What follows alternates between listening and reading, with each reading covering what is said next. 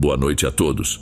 Quero aproveitar a oportunidade para compartilhar uma experiência pessoal da minha carreira como enfermeira, da qual me aposentei no ano passado. Trabalhei em 2 hospitais aqui em Lagos de Moreno, e vou falar sobre um deles, embora prefira não citar o nome para evitar problemas. O que aconteceu lá, se visto de uma certa forma, poderia manchar a imagem do hospital. Mas enfim, vamos ao que interessa.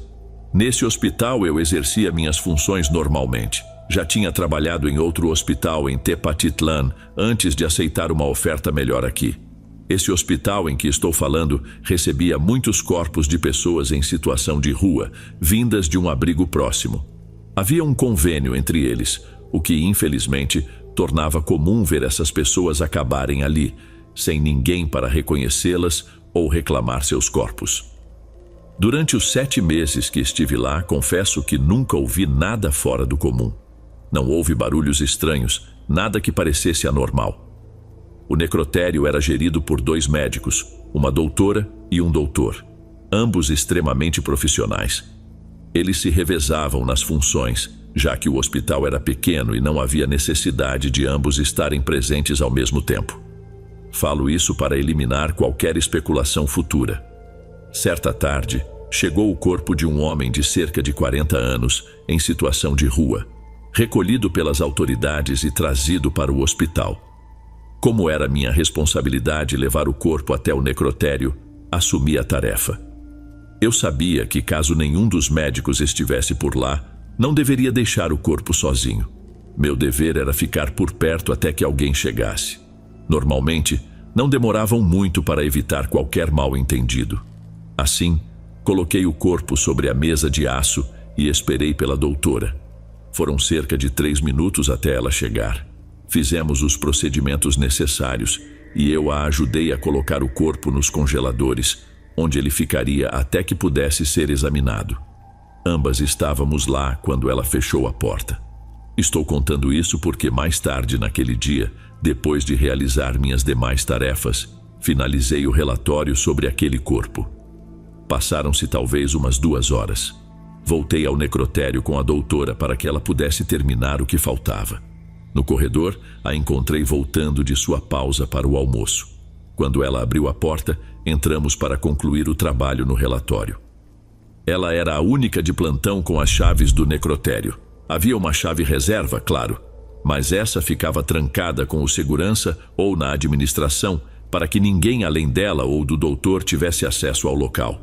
O motivo de eu contar isso é porque quando entramos, a gaveta do congelador onde havíamos colocado o corpo estava aberta. A doutora, assustada, largou suas coisas na mesa e foi direto até a gaveta. Quando a abriu por completo, não havia mais ninguém ali. O olhar dela para mim era de puro choque e preocupação. E não era para menos. Era a responsabilidade dela. E mesmo sem ter feito nada errado, ela teria que responder pelo ocorrido em seu turno. Eu me aproximei dela, que estava visivelmente nervosa, tentando entender como alguém poderia ter entrado, já que só ela tinha as chaves. E além disso, quem levaria um corpo? Enquanto nos questionávamos, olhei para o chão e percebi algo estranho. Apontei para ela e juntas nos abaixamos para ver melhor. Havia uma marca de pé, uma única pegada, suja de terra e água, ao lado dos congeladores. Aquilo não fazia sentido. Ninguém entra no hospital com os pés molhados e sujos de terra, muito menos descalço. E mais bizarro ainda, a pegada não estava apontada para a saída, como se alguém tivesse saído do local, mas sim em direção aos congeladores.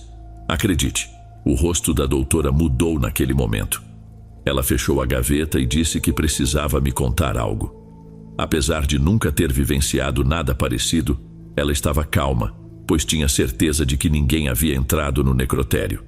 Então, compartilhou uma história que um professor lhe havia contado. Quando alguém parte deste mundo e sabe que ninguém virá procurá-lo, reconhecê-lo ou lamentar sua perda, essa pessoa não permanece ali. Ela simplesmente vai embora. Não sabemos como ou para onde, se andando ou flutuando, como alguns acreditam, mas elas simplesmente se vão. É uma ideia triste, mas para nós isso era um certo alívio. A doutora não gostava da situação, mas ao menos, se fosse verdade, não precisaríamos responder por aquele corpo, pois ninguém viria. Ela estava certa. Passei a semana seguinte tensa, pensando naquele homem, esperando que algum familiar aparecesse. No entanto, ninguém veio. Além de nós duas, ninguém percebeu que o corpo havia desaparecido. Desde então, nenhum outro corpo desapareceu naquele hospital. O que a impactou mais, ela disse, foi que ninguém notou a falta daquele homem. Apesar do medo que sentiu ao pensar que ele pode ter partido por conta própria, o que realmente a entristeceu foi o fato de que ninguém o procurou, de que ele deixou o mundo sozinho.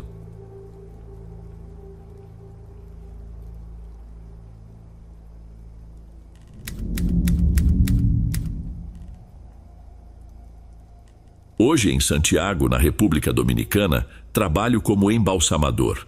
Mas antes de abrir meu próprio negócio, passei anos ao lado de um senhor chamado Ruiz, num pequeno necrotério, estrategicamente localizado ao lado de um hospital que já foi demolido há tempos. Hoje, ali, ergue-se um bairro lindo, mas naquela época, o necrotério estava isolado, afastado por um extenso terreno. Para chegar até lá, era necessário caminhar pelas traseiras do hospital, e a verdade é que éramos só nós dois, Ruiz e eu, os únicos designados para cuidar daquele lugar. Lembro claramente de um dia específico. Cheguei para o meu turno, devia ser umas 8 da manhã. Como de costume, comecei a caminhar pelo terreno até o necrotério, que parecia mais uma casa simples de um andar do que um lugar para velar corpos. Mas era completo, tinha tudo o que precisávamos. Estava a uns 15 metros da entrada, quando algo chamou minha atenção. Por uma das janelas altas, quase coladas ao teto, vi alguém inclinado, com a cabeça para fora. Não dava para ver claramente se era um homem ou uma mulher, mas na hora pensei, só pode ser Ruiz. Não havia mais ninguém por ali, o pessoal da limpeza já fazia seu trabalho à noite antes de irmos embora. Então, quem mais poderia ser? Enquanto me aproximava, percebi que essa pessoa me olhou, e então abaixou a cabeça rapidamente. Foi aí que algo me incomodou. Subir naquela janela exigia algum esforço, precisava de algo para apoiar os pés. Ruiz nunca fez nada assim. Nunca o vi escalando para observar por aquelas janelas. E então, por que ele faria isso naquele dia? Enquanto caminhava, prestes a entrar no necrotério, Ruiz apareceu por trás de mim, com o costumeiro "bom dia" e as perguntas de sempre. Como eu estava, como tinha passado a noite. Mas algo na minha expressão deve ter chamado sua atenção, porque logo ele mudou o tom, me perguntando se tinha acontecido alguma coisa. Não hesitei e expliquei. Ruiz, acabei de ver alguém se inclinando pela janela. Não consegui ver direito, mas jurei que era você. Ele não disse nada, simplesmente me conduziu para dentro, onde o necrotério estava completamente vazio, exceto pelo corpo de uma mulher adulta deitada na mesa de aço. Viu só? Não tem ninguém aqui, rapaz. Deve ter sido só um engano. Não se preocupe. Quanto tempo você já está aqui comigo? Não deixe o medo te dominar. Não comece a imaginar coisas. Eu insisti que não estava imaginando nada, que tinha certeza de que vi alguém ali, se inclinando. Pode ter mais alguém por aqui, arrisquei dizer. Ruiz, então, ainda calmo, respondeu. Não há ninguém além de nós três aqui. Você usou as chaves para abrir, não foi? Eu vim do hospital, coloquei o corpo na mesa e não ficou mais ninguém por aqui. Assenti, lembrando que o vi abrir a porta. Mas a ideia de que talvez o que eu tivesse visto não fosse exatamente uma pessoa viva me gelava por dentro. E estando ali, no necrotério, esse pensamento era tudo menos reconfortante. Não vou mentir para vocês. Ruiz me olhou com um semblante mais calmo, talvez para me confortar. Ele parecia mais sério, mas sua voz permanecia tranquila, como se tentasse me fazer acreditar que eu havia me confundido. Vou te dizer uma coisa, Carlos. Essa mulher, desde que chegou, tem se mexido bastante. Mas não se assuste, são só aqueles espasmos do corpo. Não é nada de outro mundo. Mas sim, ela tem se mexido mais do que o normal. Carlos, eu acredito em você, mas não acho que tenha sido ela que se levantou e se inclinou. E se foi? Bem, o que podemos fazer? Vamos continuar nosso trabalho para que ela descanse em paz, certo? Eu olhei para a expressão do Sr. Ruiz naquele momento e por um instante tive certeza de que ele realmente acreditou em mim. Havia algo em seu olhar, uma mistura de compreensão e incerteza, que me fez começar a considerar a possibilidade de que a pessoa que vi se inclinando pela janela fosse de fato aquela mulher sobre a mesa. Por quê? Eu não fiz mais perguntas. Apenas seguimos com o trabalho. E como Ruiz havia dito, ela se mexeu algumas vezes, mas esses movimentos já não me assustam como antes. Só que, quando revisito essa lembrança, quando volto mentalmente a esse momento, a figura que se inclinava pela janela agora tem um rosto, e é o rosto daquela mulher. Especialistas, e mesmo nós que não somos, sabemos que o corpo humano após a morte pode apresentar movimentos involuntários. Gases são liberados, ligamentos endurecem, e o corpo pode se mover de formas que imitam a vida. Dedos que parecem se mexer, braços que se levantam, até uma leve exalação. Tudo isso é o esperado. O que aprendemos com o tempo? Mas o que dizer quando um corpo parece se mover de maneira consciente? Quando os movimentos não parecem ser apenas resultado de reações biológicas, como neste caso, ou como em outras histórias que ouvimos, o que você diria? Gostaria de ler sua opinião aqui nos comentários. Bem, vamos para o próximo relato.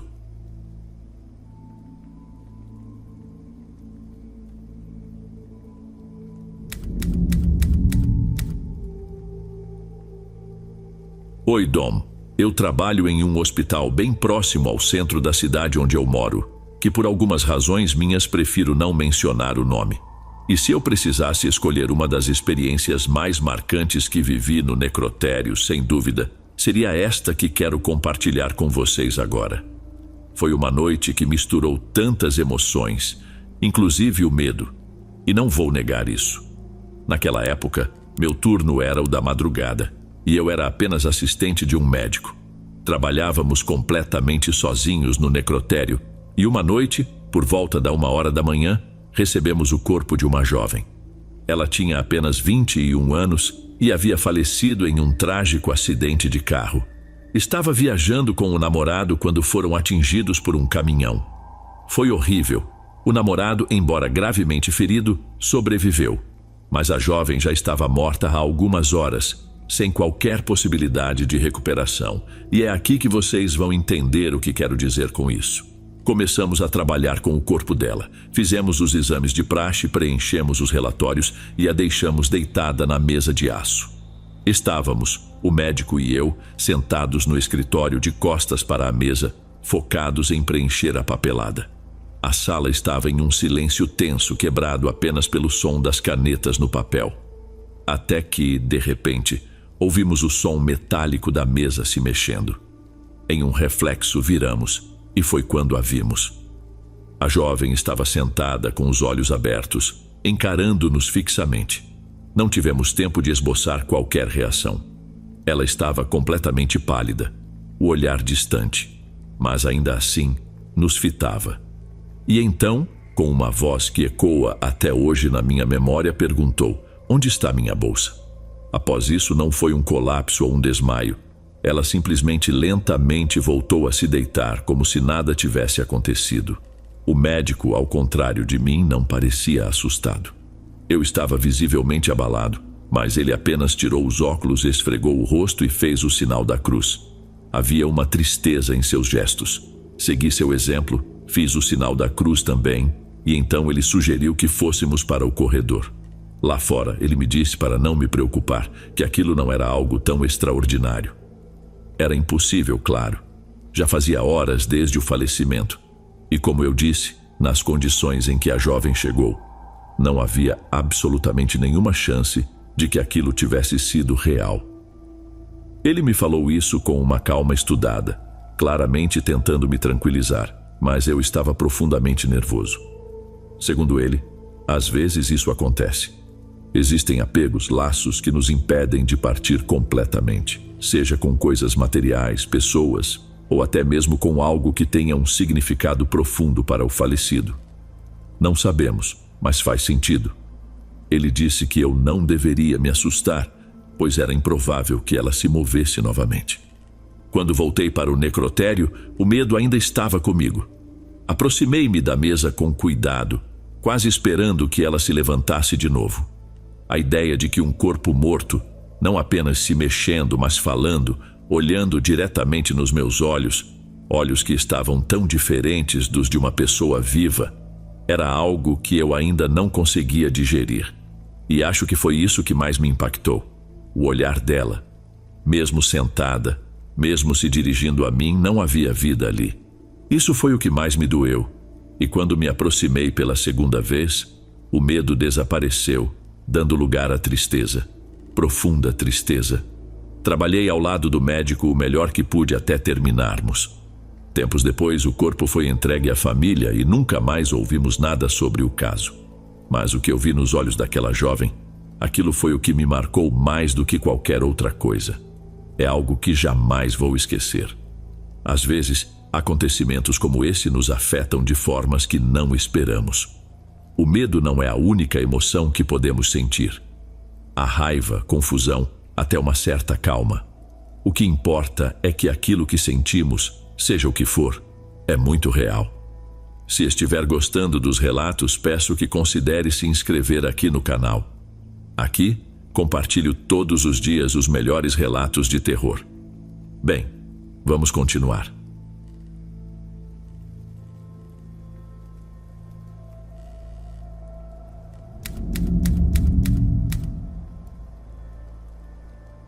Boa noite a todos. Quero levar vocês para Quito, no Equador, onde vivi uma experiência que me marcou profundamente. Meu nome é Rafael e recentemente me lembrei de algo que aconteceu comigo e achei que seria uma boa oportunidade para compartilhar. Lá pelos anos 80 comecei a trabalhar em um pequeno necrotério, subindo a colina em direção a São José del Condado. Naquela época, a área não tinha muitos negócios ou hospitais, e eu tive a sorte de trabalhar com um senhor de 60 e poucos anos que era embalsamador. Foi ali que aprendi algo que nunca esqueci. Assim como nas clínicas e hospitais, onde sempre há pacientes entrando, o mesmo ocorre com necrotérios e cemitérios. Há sempre corpos chegando. Então, a figura da mulher reapareceu. Consegui esse trabalho graças a uma recomendação do meu avô, que conhecia o Sr. José. Eu tinha 22 anos e, naquela época, pensava em estudar medicina ou enfermagem. Foi uma experiência marcante para mim, especialmente nos primeiros dias, quando vi de perto pela primeira vez um corpo sem vida. O Sr. José era um profissional extremamente respeitável e sério em seu trabalho, o que lhe trazia muitos clientes. As pessoas confiavam nele. Além disso, uma clínica próxima fornecia recursos, ampliaram o necrotério, instalaram ar-condicionado, trouxeram novos instrumentos. O negócio estava crescendo e eu me sentia privilegiado por estar ali, vivendo tudo aquilo. Apesar desse crescimento, trabalhávamos apenas nós dois lá dentro. Tinha também um rapaz, mais ou menos da minha idade, que lavava as coisas do lado de fora, mas não mexia nos corpos. Muitas vezes eu ficava sozinho dentro do necrotério enquanto o Sr. José saía para resolver alguma coisa, e o outro rapaz, que vou chamar de Manuel, estava sempre do lado de fora. E foi em uma dessas vezes que algo inesperado aconteceu. Saí do necrotério para pegar alguma coisa e, quando voltei, vi que o corpo de um homem adulto, com o qual o Sr. José estava trabalhando, estava no chão. Meu sangue ferveu de raiva. Imediatamente pensei que Manuel, sem querer, tivesse esbarrado no corpo e o derrubado. Fiquei furioso porque não era algo que se fazia e eu tinha certeza de que não havia sido eu, já que nem tinha passado perto do corpo antes de sair. Furioso, corri até os lavadouros onde Manuel estava e, sem pensar duas vezes, o acusei. Você derrubou o corpo e agora a culpa vai cair sobre mim. Se o Sr. José souber, vou ser demitido, reclamei. Manuel me interrompeu com uma expressão confusa. O que você está falando? Derrubar o corpo? De onde tirou isso? Eu insisti. Quando voltei, o corpo estava no chão. Você deve ter mexido nele. Manuel, tentando me acalmar, jurou que não tinha sido ele e que nunca faria nada para comprometer nosso trabalho. Então ele me perguntou: você subiu o corpo de volta para a mesa? Foi aí que me dei conta de que, em meio à raiva e preocupação, eu simplesmente havia saído sem pensar em colocar o corpo de volta no lugar. Voltei às pressas para o necrotério e Manuel me acompanhou.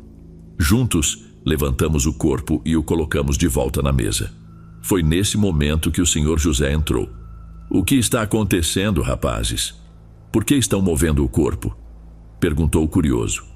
Ajeitamos o corpo o mais rápido possível e então decidi ser sincero. Contei o que aconteceu, o que eu tinha visto, mas sem mencionar que havia suspeitado de Manuel. Expliquei que encontrei o corpo no chão e sugeri que talvez ele tivesse se movido sozinho. A reação do Sr. José me surpreendeu. Eu esperava uma bronca, que ele ficasse irritado, mas com toda tranquilidade ele colocou algumas coisas sobre a mesa, nos ajudou a arrumar o corpo e simplesmente disse para não nos preocuparmos. "Isso às vezes acontece, não é nada demais. Só fiquem atentos para que não aconteça de novo.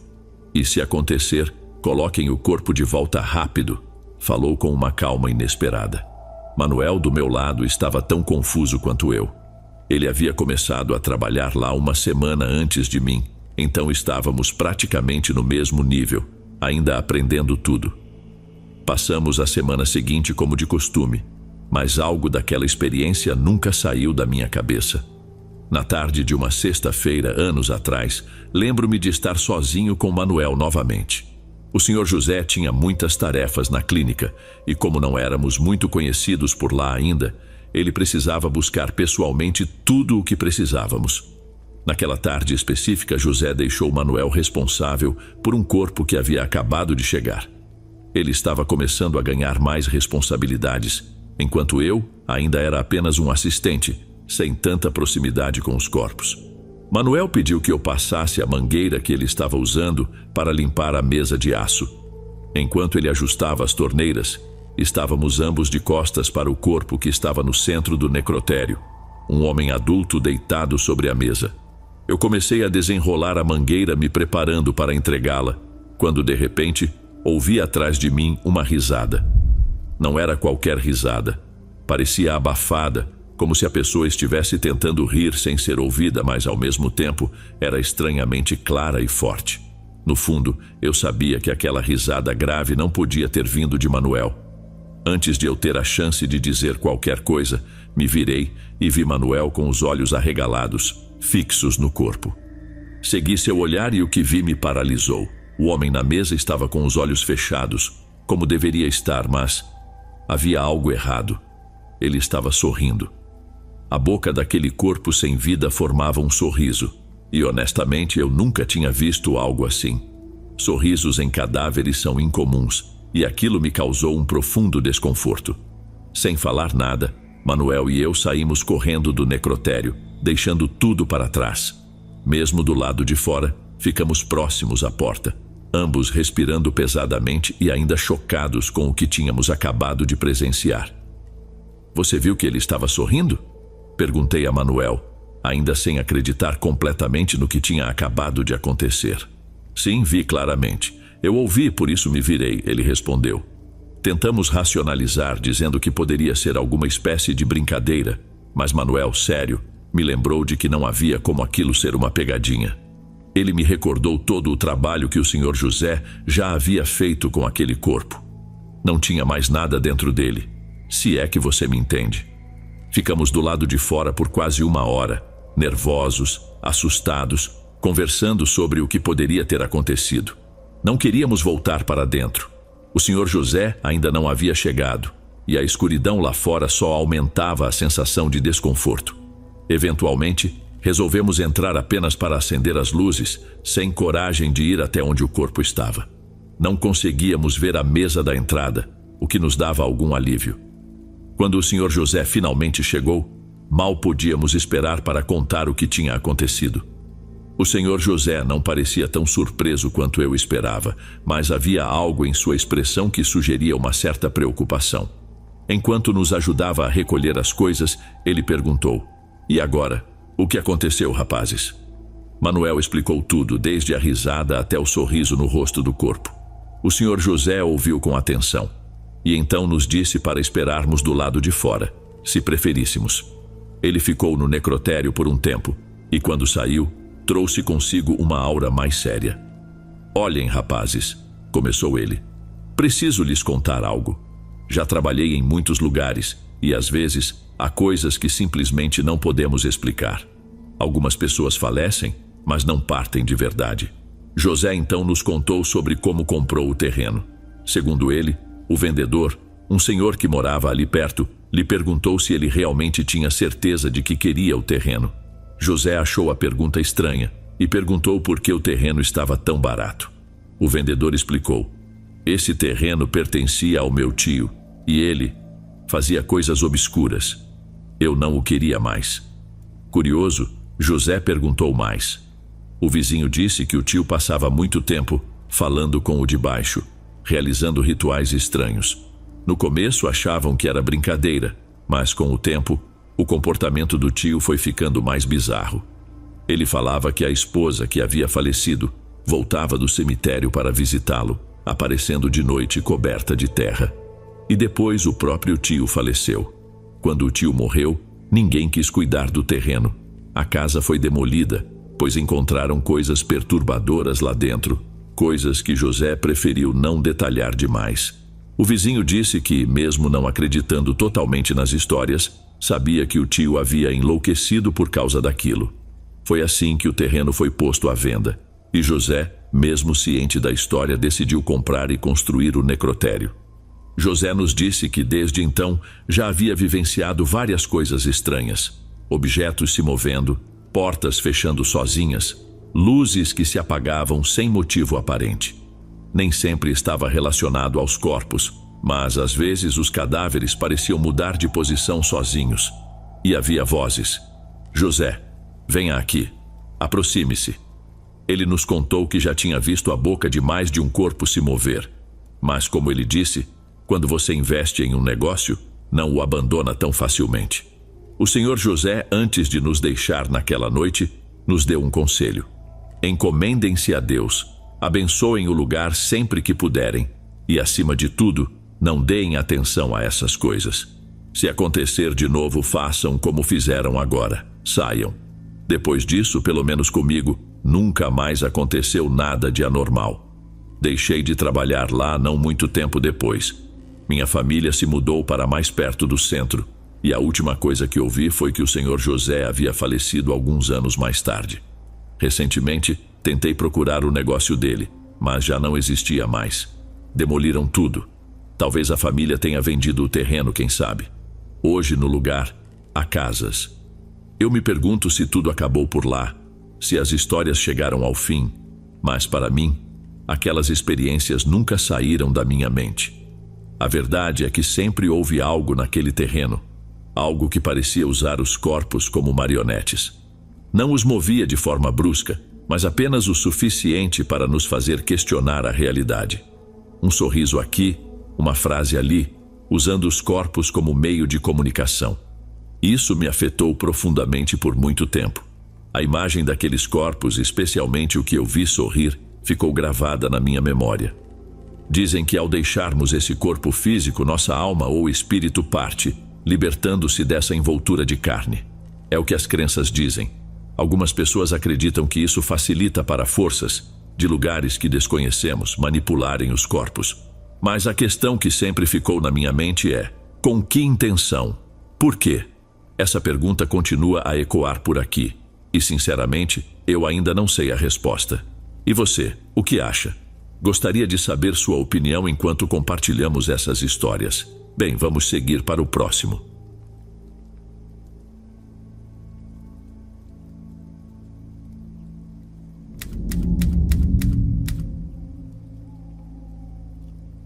Eu trabalhei por pouco tempo como assistente de um médico em um hospital que, anos depois, foi fechado e realocado em uma cidade do México, que prefiro não mencionar.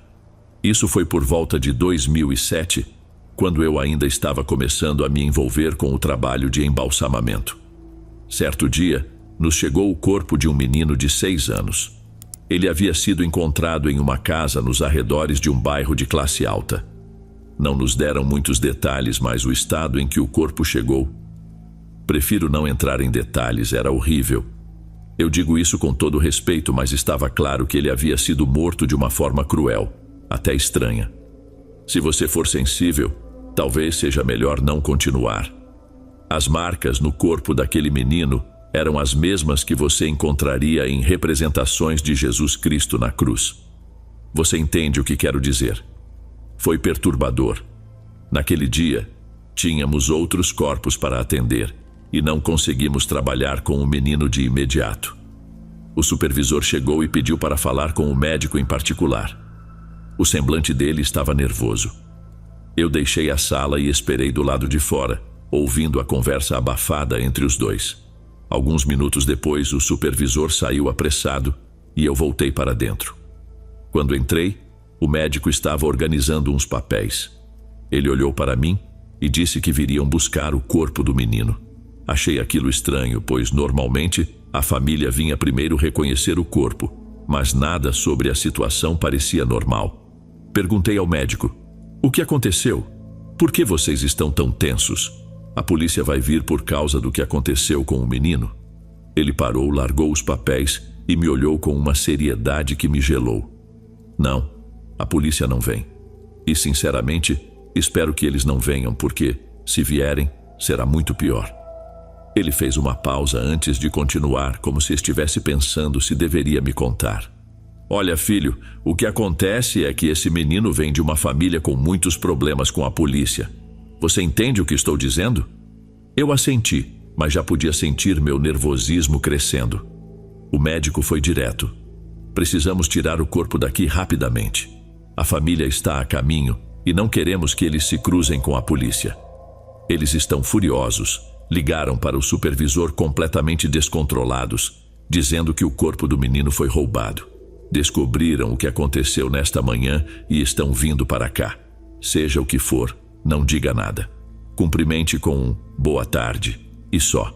Não faça perguntas. Você não sabe como essas pessoas podem reagir. Vamos pegar o corpo e sair pelos fundos onde estacionam as ambulâncias. E se te oferecerem alguma coisa, aceite.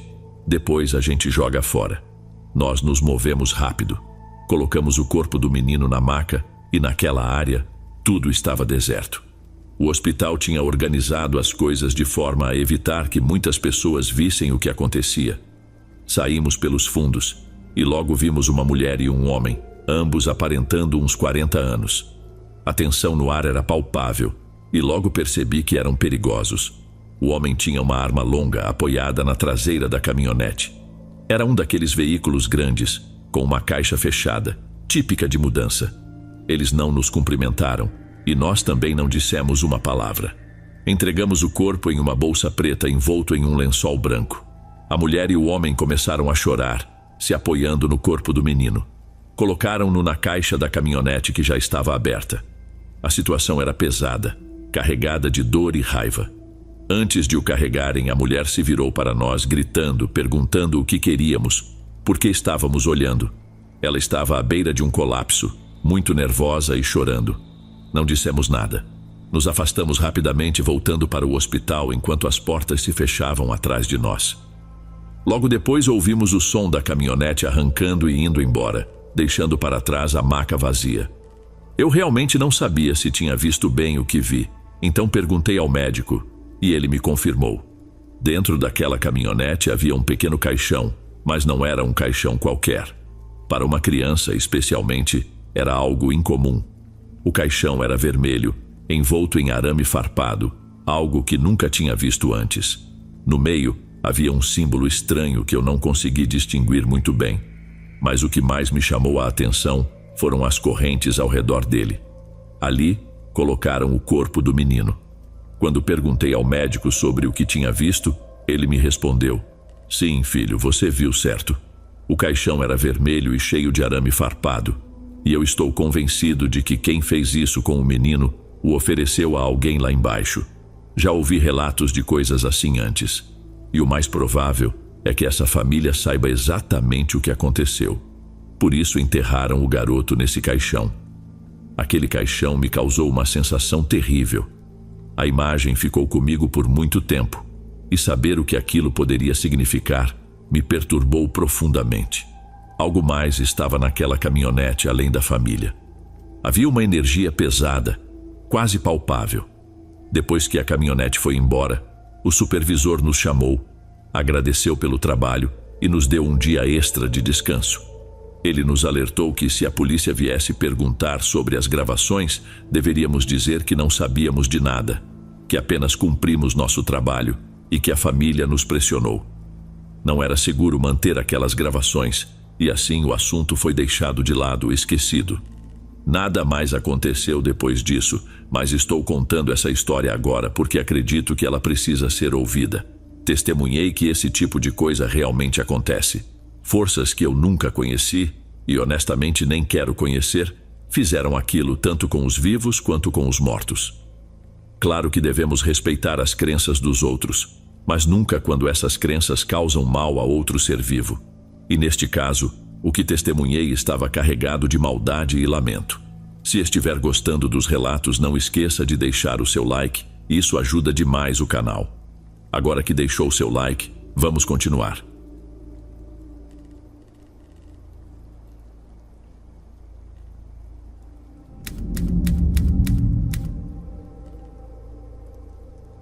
Na minha carreira como criminóloga forense, já testemunhei muitas coisas estranhas, mas quase todas relacionadas às circunstâncias incomuns em que as pessoas chegam até nós. Apenas uma vez vivenciei algo que eu classificaria como verdadeiramente paranormal. E digo apenas uma vez, porque em 12 anos de trabalho, nada parecido havia acontecido antes. Atribuo isso à sorte, ou talvez ao fato de estar sempre cercada por colegas, raramente sozinha nesses momentos. Quero acreditar que a presença deles ajuda a manter certas coisas à distância. No entanto, este caso é a exceção. Um evento único que, para mim, marcou um antes e um depois na forma como percebo certos mistérios da vida. Aconteceu no início de 2013. Na época, eu já tinha cerca de 4 anos trabalhando em uma empresa privada de investigação de alto nível. Não vou dar detalhes específicos por razões profissionais, mas posso mencionar meu nome. Isso não é problema, já que não estou sob contrato de confidencialidade. Lembro-me bem daquele dia. Era uma manhã de segunda-feira, e eu havia acabado de começar meu turno. Tudo parecia normal. Como de costume, revisei os casos do dia, e entre eles havia uma mulher que havia sido trazida recentemente para a investigação. Colocamos o corpo na mesa. Eu, um colega e um assistente que estava conosco há alguns meses, fazendo seu serviço social. Eles faziam um trabalho excelente. O corpo era de uma jovem de apenas 19 anos. Além do corpo, haviam-nos entregue seus pertences e outros itens relacionados ao caso. Nossa tarefa era simples, mas difícil: descobrir o que realmente aconteceu com ela. Sendo honesta, sem querer generalizar, muitas das organizações que nos trazem esses corpos para investigação não fazem muito além do básico.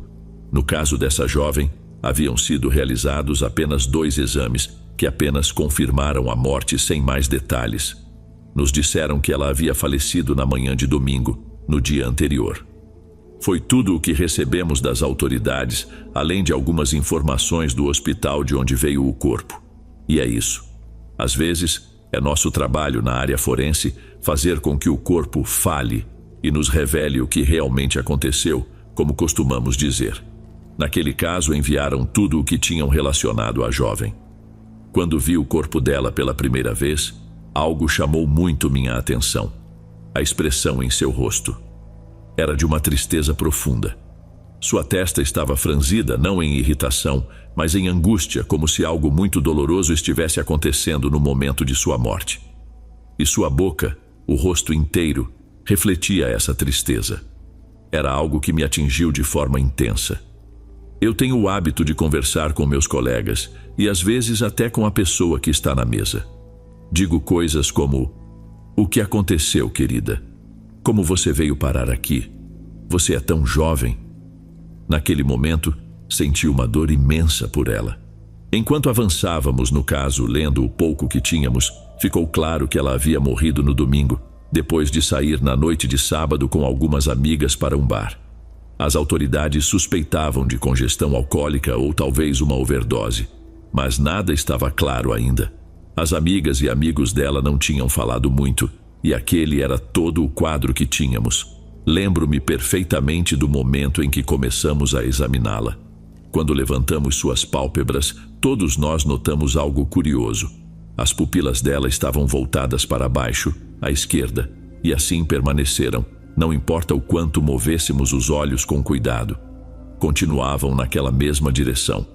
Enquanto eu trabalhava no rosto dela, o rapaz que fazia serviço social conosco me chamou. Virei-me e ele estava na mesinha onde guardávamos os pertences dela. As roupas que ela usava no dia, os sapatos, joias, acessórios, bolsa e celular, tudo devidamente embalado como provas. Começamos a manusear as roupas com cuidado, transferindo os outros pertences para outra mesa, na parede oposta, para que pudéssemos revisar tudo sem misturar os itens. Enquanto o estudante organizava as bolsas, eu troquei minhas luvas e voltei a examinar o rosto dela. Foi nesse momento que notei algo diferente. Agora, as pupilas estavam perfeitamente alinhadas, mas apontando para baixo e à direita. Achei interessante, nada mais que isso. Talvez fosse uma reação muscular de um lado do corpo, pensei. Então, segui meu olhar nessa direção, passando pelo peito, pelo braço, até que meus olhos pousaram na mesinha onde estavam as coisas dela. E foi aí que percebi. Os olhos dela pareciam olhar diretamente para lá. Naquele momento eu fiz a conexão, mas não levei muito a sério. Achei que fosse uma coincidência. Sorri e disse para a jovem: "Não vamos levar suas coisas. Fica tranquila, querida. Estão aqui para descobrirmos o que te aconteceu.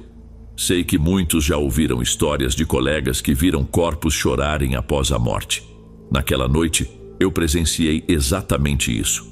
Pela segunda vez, os olhos dela mudaram de posição e então ela começou a derramar lágrimas. Continuei meu trabalho, limpando as lágrimas do rosto dela e conversando com ela, enquanto meus colegas seguiam com a análise dos pertences e dos relatórios.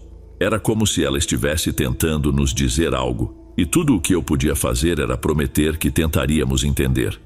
O rapaz do serviço social levou apenas as roupas para investigação em outro departamento, deixando os outros pertences da jovem no necrotério. Fiquei apenas eu e meu colega, continuando nosso trabalho com o corpo da garota. Tudo estava calmo até que, de repente, ouvimos um som metálico atrás de nós, algo pequeno caindo. No silêncio da sala, o barulho nos fez pular de susto. Quando olhamos para o chão, vimos um anel que havia rolado até a nossa mesa. Era dos pertences dela. Meu colega pegou o anel com cuidado, um pouco irritado, e comentou que o estudante havia deixado as coisas desorganizadas. "Vamos dar uma bronca nele mais tarde", ele disse. Eu concordei, acreditando que o estudante havia deixado algo cair. Guardamos o anel separadamente e saímos do necrotério juntos para entregar alguns itens. Demoramos cerca de 10 minutos e, quando voltamos, encontramos o estudante no corredor, fora do necrotério, nos esperando. "Já voltou? Deixou as roupas lá?" perguntei. E ele confirmou, mas parecia um pouco distraído. Perguntei por que ele não havia entrado, já que não havia problema em ele ficar ali, e ele nos respondeu: "Desde que cheguei, estou ouvindo alguém chorando lá dentro. Tenho certeza de que era ela." O choro só parou há alguns minutos, mas eu escutei claramente. Entramos os três, atentos a qualquer sinal de outra pessoa, talvez um familiar que tivesse entrado sem que percebêssemos, mas não havia ninguém. Eu acreditava no rapaz. Ele parecia genuinamente assustado. Nesse momento, tanto o estudante quanto meu colega começaram a gritar: "A mão! Olha a mão!" Quando me virei, vi a jovem levantar a mão direita. Pelo processo de rigidez cadavérica, parecia que apenas o dedo indicador havia ficado rígido e estendido. Mas o que mais me chamou a atenção foi a direção em que apontava, diretamente para os pertences dela na mesa. Naquele instante, minha mente se encheu de pensamentos. Algo estava acontecendo, algo que não era apenas o corpo respondendo mecanicamente. Decidi procurar entre os pertences dela, acreditando que talvez houvesse algo ali, algo que ela queria que víssemos. Meu colega continuava a trabalhar no corpo da jovem, tentando dar uma explicação lógica para o que tínhamos presenciado. Enquanto isso, eu e o estudante começamos a examinar os pertences dela. Na bolsa, encontramos coisas como sua carteira, maquiagem, uma caneta roxa, tinta da mesma cor e, entre tudo isso, um pedaço de papel dobrado. Nesse exato momento, o responsável por reunir os depoimentos chegou para nos atualizar sobre a investigação. Ele nos contou que as amigas da garota que estavam com ela na noite anterior já haviam dado suas declarações. Todas estavam emocionalmente destruídas, mas também fisicamente debilitadas, pois algo havia sido colocado em suas bebidas naquela noite. As amigas relataram que mal haviam bebido 2 bebidas e, mesmo assim, começaram a se sentir estranhamente tontas. Disseram que as bebidas não eram tão fortes a ponto de causar esse efeito. Elas se lembravam de que estavam na mesa com alguns rapazes que conheceram naquela noite, e uma delas mencionou algo que me arrepiou. A amiga que estava ali na mesa comigo, a garota que agora investigávamos, havia pedido ajuda com o olhar. Ela estava tentando escapar de um rapaz que tinha sido insistente demais, quase ameaçador. Ele não a deixou sozinha nem por um segundo. Quando ela ia ao banheiro, ele a seguia e esperava do lado de fora. Tudo isso apesar de ter acabado de conhecê-la naquela noite. Foram eles que ofereceram as bebidas. E desde o momento em que ela se sentou à mesa com eles, ele não a deixou mais em paz. As amigas mal conseguiam se manter de pé, pois se sentiam muito mal, mas todas se lembravam do olhar de desespero da jovem. O que ela recebeu naquela noite não foi apenas uma bebida alcoólica. Foi algo muito pior, algo que a trouxe até nós. Isso explicava o que encontramos escrito naquele pedaço de papel com a caneta roxa. A letra estava tremida, uma clara indicação de que ela estava nervosa, fora de si quando escreveu aquilo. E parecia que ela não teve a chance de entregar o bilhete a ninguém. Talvez tenha esperado um momento de distração do homem, mas esse momento nunca chegou.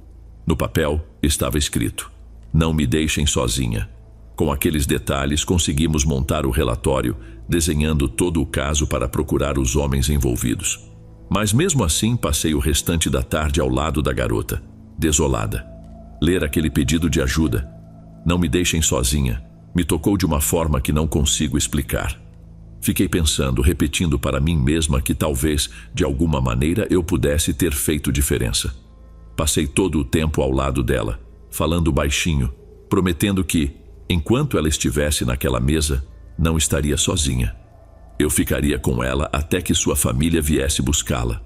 Curiosamente, foi só depois de eu fazer essa promessa que as coisas começaram a se acalmar. As lágrimas que caíam de seus olhos pararam, e o rosto dela, de alguma forma, mudou. Naquela noite decidi ficar para dobrar o turno. Dormi um pouco ali, mas nunca saí de perto. Fiquei ao lado dela até o momento em que sua família chegou, 2 dias depois. Não importava quantas vezes me chamassem a atenção, eu já era conhecida no trabalho e eles entenderam o porquê de eu ter ficado. A partir desse episódio, algo mudou em mim. Passei a entender de maneira mais profunda que os corpos falam, não com palavras, mas com sinais, com gestos sutis. Às vezes esses sinais parecem manifestações paranormais, mas não estão ali para nos assustar. Muitas vezes, os que partiram estão mais assustados do que nós, sem entender por que estão ali ou o que aconteceu. As histórias de terror, as experiências paranormais, os relatos ao longo da história humana, muitas vezes estão carregados de tragédia. E no meio desse medo que sentimos, às vezes esquecemos que para essas pessoas, os últimos momentos de vida podem ter sido os piores.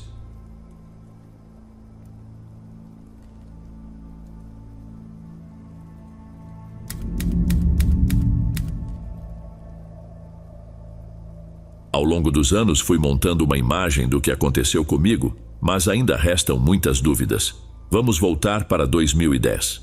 Naquele ano, o México atravessava um período de extrema violência, muito ligado ao famoso mandato do ex-presidente.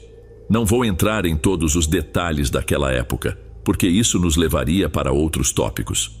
Vamos focar nas consequências, que é o que me levou a viver o que vou compartilhar com vocês. Para que vocês entendam um pouco, sem nos aprofundarmos demais nas questões políticas, Durante o governo do presidente em questão, houve inúmeros confrontos entre as forças militares e o crime organizado. Pelo menos no norte do México vivíamos com avenidas bloqueadas a qualquer hora do dia, corpos espalhados pelas ruas, explosões de granadas em cada esquina e muitos outros detalhes que não cabe mencionar agora.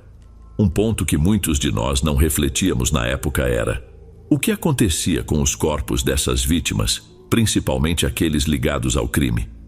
No começo de 2009, eu morava perto dos arredores de Nuevo León, na divisa com Tamaulipas. Foi nessa época que concluí meus estudos como embalsamador, algo que começou por curiosidade, despertada por um tio. Não vou mentir, a princípio, era só uma curiosidade em lidar com corpos inertes, mas com o tempo, isso se transformou em uma verdadeira paixão.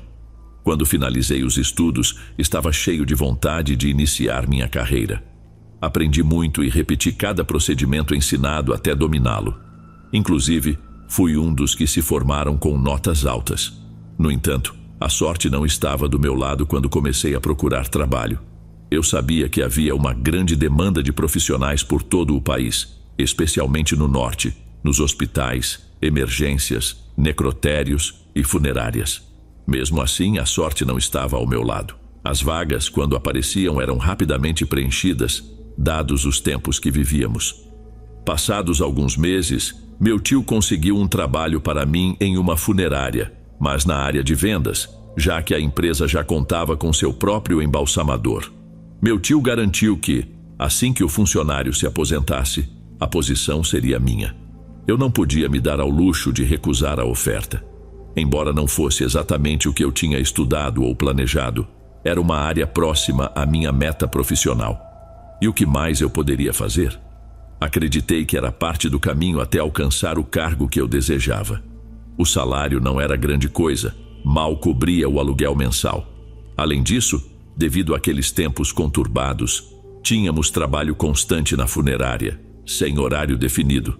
Coitado do embalsamador, não consigo nem imaginar a quantidade de trabalho que ele tinha, enquanto eu, no setor de vendas, atendia inúmeros clientes todos os dias. Era um trabalho exaustivo para mim, e imagino o quanto era para ele. Eu também não entendia por que não me deixavam trabalhar ao seu lado. Mais tarde, percebi que o problema era que a funerária, ou melhor, os donos, não estavam dispostos a investir em mais materiais para termos 2 embalsamadores ao mesmo tempo. Não havia espaço ou equipamentos para 2. O que poderia ser feito? Era o que tínhamos. O tempo passou e chegamos a 2010. A situação do país continuava a mesma, como se aquilo fosse a nova normalidade no México. Então, numa quarta-feira ao meio-dia, recebi uma ligação. Do outro lado da linha estava alguém que vou chamar de Senhor Matias, para proteger a identidade dessa pessoa. Senhor Matias foi o meu principal professor durante meus estudos de embalsamador. Um homem na casa dos 40 anos, com vasta experiência em medicina forense, sempre sério, respeitoso e muito comprometido com seu ofício. Depois de cumprimentá-lo pelo telefone e trocar algumas formalidades, ele me perguntou se eu estava trabalhando no momento. Respondi que sim, mas mencionei que estava aberto a novas oportunidades. Foi então que ele comentou estar à procura de um embalsamador de confiança. Senhor Matias e eu já tínhamos desenvolvido uma boa relação. Eu sempre fazia muitas perguntas sobre técnicas, métodos e tudo relacionado à profissão, e ele pacientemente esclarecia todas as minhas dúvidas. Por causa dele, consegui notas excelentes nas práticas, que no fim das contas são o que realmente fazem a diferença na hora de trabalhar. Quando ele começou a explicar os detalhes da vaga, não precisei pensar muito. Eu finalmente seria embalsamador e ele seria meu supervisor. Era uma empresa privada de sua própria propriedade e Senhor Matias tinha uma grande fortuna. O salário era muito bom, bem superior a qualquer outra oferta que eu havia encontrado. Isso resolveria meus problemas com o aluguel. O único, porém, era que eu teria que me mudar para uma área mais central de Nuevo León, que, felizmente, era bem localizada. Disse a ele que não teria problemas em começar no dia seguinte. Eu só precisava organizar minhas coisas e planejar a mudança, além de resolver o pagamento do aluguel da minha casa, que já estava quitado para os próximos dias.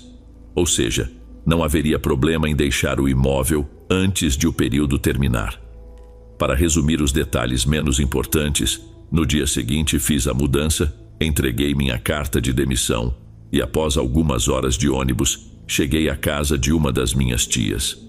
Enquanto procurava um lugar para alugar, fiquei morando com ela. Senhor Matias me disse que eu poderia usar aquele dia para me estabelecer na cidade, e foi exatamente o que fiz. Na manhã seguinte, após o café da manhã e uma boa conversa com minha tia, contando sobre meus estudos, a mudança e outros assuntos, recebi a ligação prometida de Senhor Matias, confirmando o horário, a localização do trabalho e outros detalhes importantes. Anotei o endereço, finalizamos a ligação e tudo estava pronto. Só precisava aguardar até às 20 horas, já que seria no turno da noite, o que eu preferia, pois evitava o trânsito. Saí da casa da minha tia por volta das 19 horas, peguei um táxi e em poucos minutos cheguei a uma área residencial um pouco afastada do centro da cidade. A região era muito bonita, nas encostas da Sierra Madre. Era uma área de prestígio, mas as casas e os apartamentos ainda estavam em fase de construção. Inclusive, vi as fundações de um edifício que estava sendo erguido, mas naquela hora já não havia ninguém trabalhando. A verdade é que o condomínio, ou como preferir chamar, estava completamente deserto. Estávamos no horário de inverno, então às 20 horas já estava bem escuro. A única pessoa que vi foi o segurança da guarita. Ele pediu meus dados e depois seguimos pelas ruas escuras que ainda estavam sendo pavimentadas. Não havia iluminação pública, tornando o lugar ainda mais sombrio. Até que o taxista parou diante de um prédio. Era um pequeno complexo de apartamentos muito bonitos, mas de tamanho reduzido, com apenas 3 andares. Desci, agradeci ao motorista e paguei a corrida. Caminhei até a entrada do prédio, onde Senhor Matias tinha mencionado que encontraria o vigia. E lá estava ele, sentado em uma cadeira sob uma luz fraca na porta. Um senhor de cerca de 50 ou 60 anos. Ele me cumprimentou de forma bastante amigável. Ele se levantou e me entregou um chaveiro com pelo menos 15 chaves. Achei curioso, pois Senhor Matias tinha mencionado que o vigia me daria acesso, mas eu não esperava que fosse algo tão completo. No meio da minha confusão, o vigia, ao entregar as chaves, pegou uma pequena mochila ao lado de sua cadeira, se aproximou e começou a me mostrar que cada chave tinha um pequeno rótulo indicando qual porta ela abria. Após a explicação, ele me perguntou se eu tinha alguma dúvida. Respondi que não, afinal, lidar com as chaves não seria um problema naquele momento. Com sua mochila nas costas, ele me disse para me cuidar e se despediu. Aquilo me pareceu um pouco estranho. Talvez o turno dele tivesse acabado, mas ele nem esperou o substituto. Antes de entrar no prédio, vi o homem caminhando em direção à guarita, até desaparecer nas ruas escuras. Abri a porta do edifício e, nesse instante, recebi uma ligação de Senhor Matias. Oi, tudo bem? Já chegou ao prédio? Respondi que sim, enquanto caminhava pelo corredor principal. Que bom. Teve alguma dificuldade para chegar? Ele perguntou. Respondi que não, que tudo tinha corrido bem. Ótimo. Quando entrar, certifique-se de trancar a porta com chave, por favor. Imagino que Dom Pedro te entregou as chaves. Confirmei que sim. Perfeito. Se você não precisar sair, siga pelo corredor até o fim. Vai encontrar outra porta lá. Abra e feche com chave, por favor. Continuei caminhando enquanto ouvia as instruções. O corredor parecia muito longo. O edifício não era alto, mas era grande e completamente vazio. Estava bem iluminado, mas o silêncio era quase incômodo. Comecei a achar que aquele prédio não servia apenas para apartamentos. Suspeitei que fosse parte dos negócios particulares de Senhor Matias. Talvez houvesse laboratórios ou consultórios no andar de cima, e eu estava indo diretamente para o necrotério. Você pode usar o elevador ou as escadas, se preferir. Há apenas um andar abaixo, então é difícil se perder. Desci, caminhei um pouco mais e cheguei à entrada da morgue. Abri a porta e vi meu novo espaço de trabalho. Uma mesa central com a maca, armários com todos os instrumentos necessários, um computador ao fundo, uma mesa de escritório uma pequena televisão sobre um móvel e uma outra porta que levava ao quarto refrigerado, onde os corpos eram armazenados. Assim como o resto do prédio, tudo estava muito bem iluminado. Ficava claro que Sr. Matias tinha feito um bom investimento no negócio. Deixei minhas coisas enquanto continuava ouvindo o Sr. Matias pelo telefone. Espero que tenha gostado do espaço. Estamos operando aqui há poucos meses e estamos mantendo tudo impecável. Sobre o trabalho você já conhece muito bem. As regras que aprendemos na escola continuam valendo aqui, certo? Só para garantir, vou relembrar. Devemos sempre ter respeito pelos corpos com os quais trabalhamos. Não importa quem a pessoa foi ou o que ela fez. Ainda é um ser humano. E claro, nunca leve nada para casa, nem pertences, nem obviamente a pessoa. Eu me lembrei que durante a escola, você mencionou acreditar no paranormal. Então sabe bem como essas coisas funcionam. Aqui, você trabalha com a pessoa e aqui, ela permanece. Se for falar com ela, mantenha o mesmo respeito que demonstrava durante as aulas práticas. Tudo isso você já conhece, mas preciso te dar algumas orientações adicionais. No edifício, você estará completamente sozinho. Não há outros funcionários. O vigia também não ficará por aqui. Mas não se preocupe, ninguém pode entrar, pois a guarita está bem protegida. Apenas mantenha as portas sempre trancadas. Como você tem as chaves, não deve ter problemas. Se precisar de algo, fique à vontade para me ligar. Ao entrar na sala onde ficam os corpos refrigerados, feche a porta com chave novamente. Isso pode parecer um pouco estranho, mas é apenas por segurança. E uma última coisa, não responda se alguém te chamar no prédio. Se te pedirem para abrir a porta, por favor, não abra. Se algum funcionário precisar entrar, eu vou te ligar antes. E se, por acaso, você vir alguém por aqui, finja que não está vendo. Não se preocupe, você já passou por práticas em lugares assim. Se nada aconteceu antes, essa noite será igual. Eu estarei trabalhando no meu escritório, então qualquer coisa estou com o telefone à mão. Apesar de eu ser uma pessoa difícil de sugestionar, isso foi algo que nos ensinaram na escola. Mas, tenho que admitir, senti um pouco de medo. Não vou mentir. As palavras de Sr. Matias me deixaram nervoso. Embora a empolgação pelo novo trabalho com bom salário e em um local agradável ainda estivesse ali. Liguei a televisão e deixei o som ao fundo para espantar o desconforto. Não perguntei o que ele quis dizer com aquelas instruções finais, mas deixei para lá pensando que fosse só uma medida de segurança, como ele havia comentado. Depois de organizar tudo, peguei a maca e fui até a porta que levava ao quarto frio. Usei a chave para entrar e vi que o local tinha capacidade para armazenar uns 20 corpos. Vocês sabem, aquelas pequenas portas que se parecem com gavetas, onde cada corpo é colocado. Era um número considerável, levando em conta que era uma instalação privada. Comecei a verificar os corpos e nem todas as gavetas estavam ocupadas. Finalmente, encontrei o corpo com o qual começaria a trabalhar. Era de um homem forte, pele clara, com uns 40 anos, e aparentemente tinha falecido após ser baleado várias vezes. Depois de tirar o corpo do quarto frio, levei-o para a sala de trabalho. Coloquei-o na mesa e comecei o processo de embalsamamento, identificando as lesões e confirmando que ele havia se envolvido em um confronto pesado. Foi então que percebi que a televisão estava desligada. Virei a cabeça, estranhando o silêncio, e vi que o canal mostrava estática. Tentei mudar de canal, mas o som continuava mudo. Logo percebi que o volume estava no mínimo. Aumentei o som e voltei a focar no corpo. Enquanto abaixava a cabeça novamente, vi que a porta de um armário, que até então eu não havia usado, estava aberta. Com o pé, fechei a porta e comecei a falar com o corpo, como aprendi nas práticas, pedindo que me deixasse trabalhar em paz, que não me incomodasse e garantindo que tudo seria feito com respeito. Continuei assim por alguns minutos, até que ouvi algo como se alguém estivesse se apoiando na porta do quarto frio, empurrando-a. Olhei rapidamente, tentando enxergar pelas janelas, mas não havia ninguém. Imaginei que talvez fosse uma corrente de ar. O som foi tão claro que o percebi mesmo com o barulho da televisão.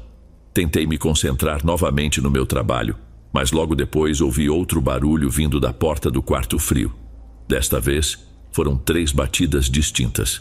Eu quase me virei para ver, mas me lembrei das palavras de Sr. Matias e tentei seguir com meu trabalho. Porém, as 3 batidas se repetiram.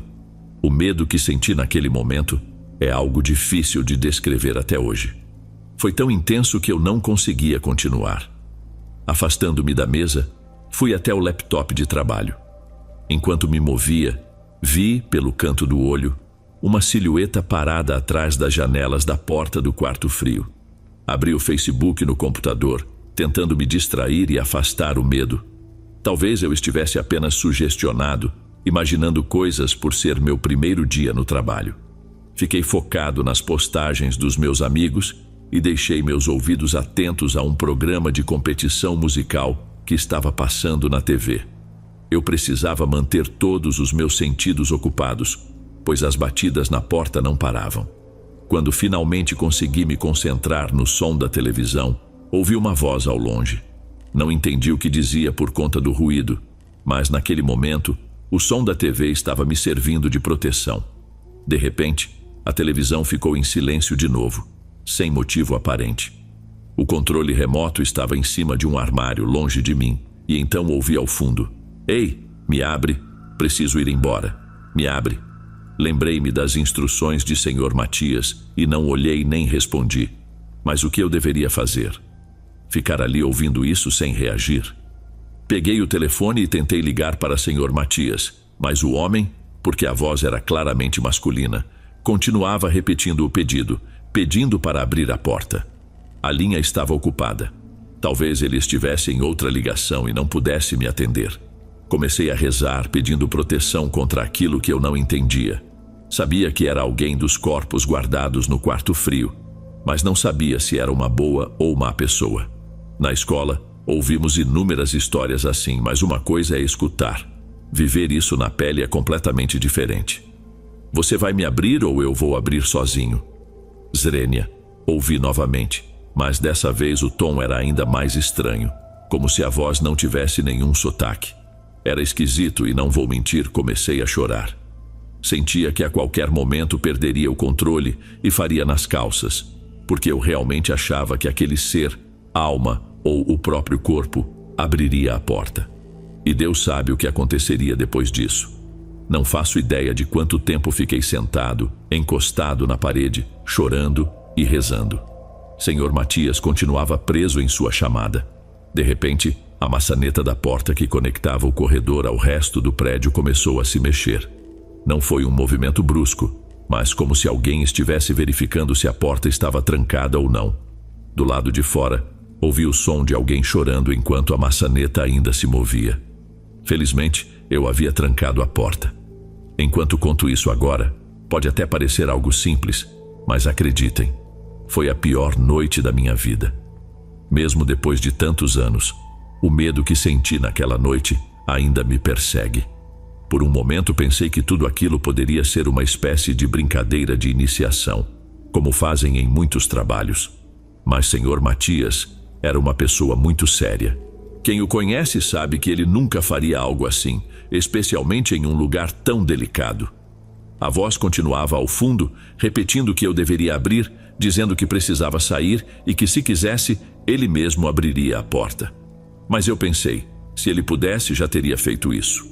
Me forcei a lembrar das instruções de Sr. Matias, que situações assim poderiam acontecer, mas que nada me aconteceria se eu não respondesse ou olhasse diretamente.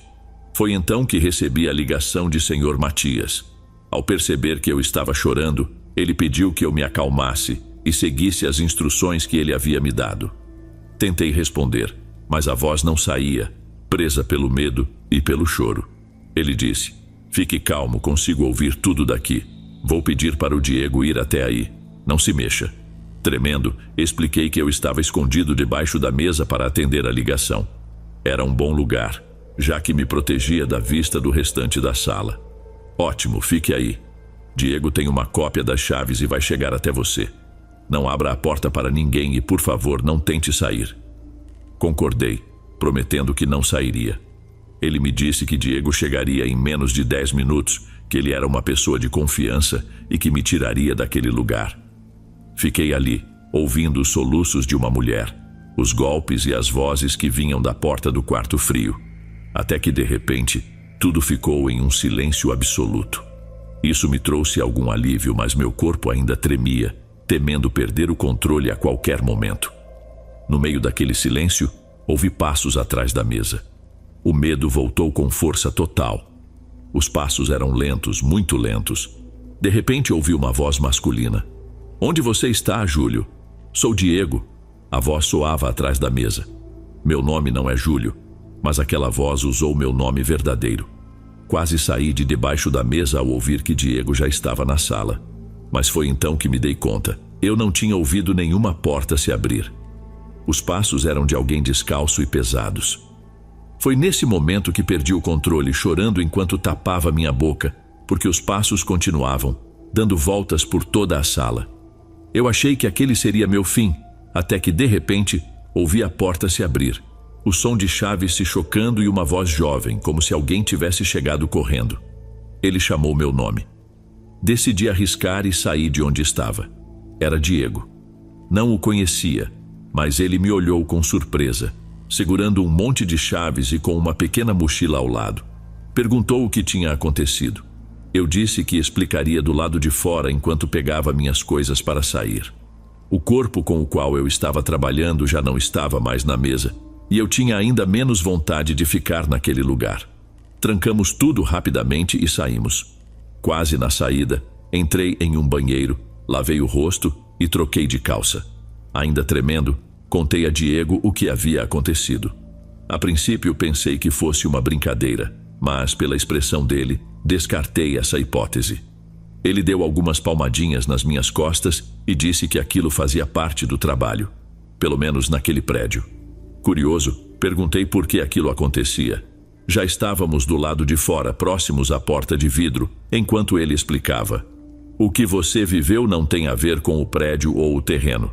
Talvez Sr. Matias não tenha te contado tudo, mas veja, nesse emprego quem conhece sabe mais ou menos o que acontece, mas só entende de verdade quem vive.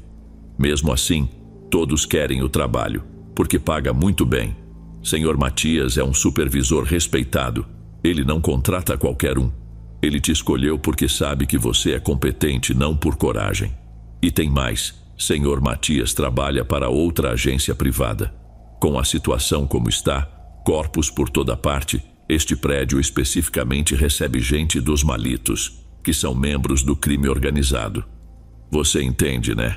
Eles trazem corpos de Tamaulipas para que não seja fácil encontrá-los caso alguém venha procurá-los. É um jogo pesado. Talvez por isso as coisas estão tão estranhas lá embaixo. Também é por isso que o prédio fica quase sempre vazio. Se qualquer um começar a falar demais, pode virar um desastre." Ao ouvir isso, contei sobre o corpo que havia desaparecido da mesa. Tinha certeza de que não o havia movido e ainda nem tinha terminado de trabalhar com ele. Quando mencionei isso, Diego ficou pálido. Ele tentou me tranquilizar, mas disse que precisávamos ligar para Sr. Matias. Ligou na minha frente e colocou no viva voz. Sr. Matias atendeu e, ao ouvir sobre o corpo desaparecido, respondeu: "Ele não está mais lá? Não sei o que aconteceu, mas não se preocupem. Se for a pessoa que você mencionou, acho que não haverá grandes problemas. Não quero parecer insensível, mas ninguém vai vir atrás dele. Ele não era tão importante entre os malitos. Além disso, nem sabem para onde vão os corpos, mas também não sabemos para onde ele foi. Apenas certifiquem-se de que está tudo fechado, e amanhã eu vou até aí para verificar. Confio em vocês e acredito que ele realmente não está mais lá." Diego me disse para não me preocupar, que aquilo não era minha responsabilidade e que Sr. Matias também estava ciente de como lidar com essas situações. Ele sugeriu que cada um fosse para sua casa e que no dia seguinte veríamos o que aconteceria. Na manhã seguinte, recebi outra ligação de Sr. Matias, tranquilizando-me ao dizer que eu não perderia o emprego, mas que dali em diante eu não trabalharia mais sozinho. Essa foi a solução temporária, pelo menos por um tempo. Durante os 3 anos que trabalhei lá, outras coisas aconteceram, mas, sinceramente, nada tão intenso quanto o que vivi naquela noite. Hoje, ainda trabalho na empresa de Sr. Matias mas já não naquele prédio. E toda vez que conto essa história, minha voz treme e sinto um nó na garganta, como se estivesse vivendo tudo de novo. Não se esqueçam de deixar seu like e de se inscrever, caso ainda não tenham feito, para garantir que não percam nenhum dos vídeos da semana. De coração, agradeço muito o apoio de todos vocês. Cada mensagem, cada gesto de carinho, eu levo comigo. Sem mais por hoje, deixo um forte abraço. Nos vemos no próximo vídeo. E por favor, o último a sair, apague as luzes e feche a porta. Boa noite.